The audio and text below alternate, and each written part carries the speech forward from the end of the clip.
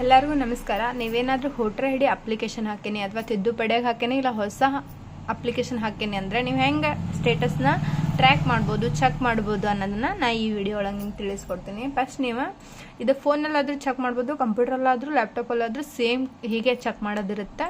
First voter I D status check ಅಂತೇಳಿ type ಮಾಡ್ಕೊರಿ. Track application voter ಅಂತ ಬರುತ್ತೆ. ಸೊ ಇಲ್ಲಿ ಕ್ಲಿಕ್ ಮಾಡಿಬಿಟ್ಟು ಇಲ್ಲಿ ಬನ್ನಿ. ಫಸ್ಟ್ ಇದನ್ನು ಕ್ಲಿಕ್ ಮಾಡಿ. ಲಾಗಿನ್ ಆಗಾಗ ನಿಮ್ದು ಆಲ್ರೆಡಿ ಅಕೌಂಟ್ ಇದ್ರೆ ಲಾಗಿನ್ ಆಗ್ಬೋದು. ಡೈರೆಕ್ಟ್ ನಂದು ಆಲ್ರೆಡಿ ಅಕೌಂಟ್ ಇದೆ, ಬಟ್ ಎಲ್ಲರದು ಇರಲ್ಲ. ಸೊ ಇಲ್ಲೇ ಬನ್ನಿ ಸಿಗ್ನಿನ್ ಆಗಿ.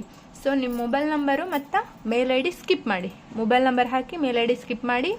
ಇಲ್ಲೇ ಕ್ಯಾಪ್ಚಾನ ಎಂಟ್ರ್ ಮಾಡಿ. ಕ್ಯಾಪ್ಚಾನ ಎಂಟ್ರ್ ಮಾಡಿಬಿಟ್ಟು ಕಂಟಿನ್ಯೂ ಕೊಟ್ಟಾಗ ನಿಮ್ಗೊಂದು ಇದು ಓಪನ್ ಆಗುತ್ತೆ. ಏನಂತಂದರೆ ಅಲ್ಲಿ ನಿಮ್ಮ ಹೆಸರು ಹಾಕ್ಬೇಕು. ಫಸ್ಟ್ ಹೆಸರು, ಸೆಕೆಂಡ್ ಹೆಸರು ಹಾಕಿದರೆ ಒಂದು ಒ ಟಿ ಪಿ ಕೇಳುತ್ತೆ. ಒ ಟಿ ಪಿ ಹಾಕಿ ಹೊಳ್ಳಿ ನೀವು ಲಾಗಿನಿಗೆ ಬ್ಯಾಕ್ ಬರಬೇಕಾಗುತ್ತೆ.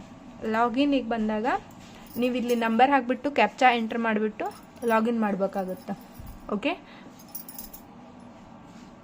ನೀವು ಕ್ಯಾಪ್ಚಾ ಎಂಟ್ರ್ ಮಾಡಿ ಲಾಗಿನ್ ಆಗಿಂದ ಈ ಥರ ಇದು ವೆಬ್ಸೈಟ್ ಓಪನ್ ಆಗುತ್ತೆ. ಇದು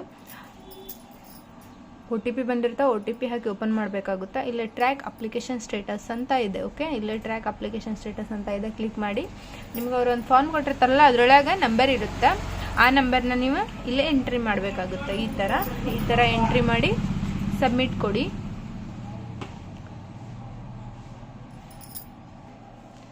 ಸಬ್ಮಿಟ್ ಕೊಟ್ಟಿಂದ ನಿಮ್ಗೆ ಅದು ಕರೆಂಟ್ ಸ್ಟೇಟಸ್ ಅಂತ ಇದೆ.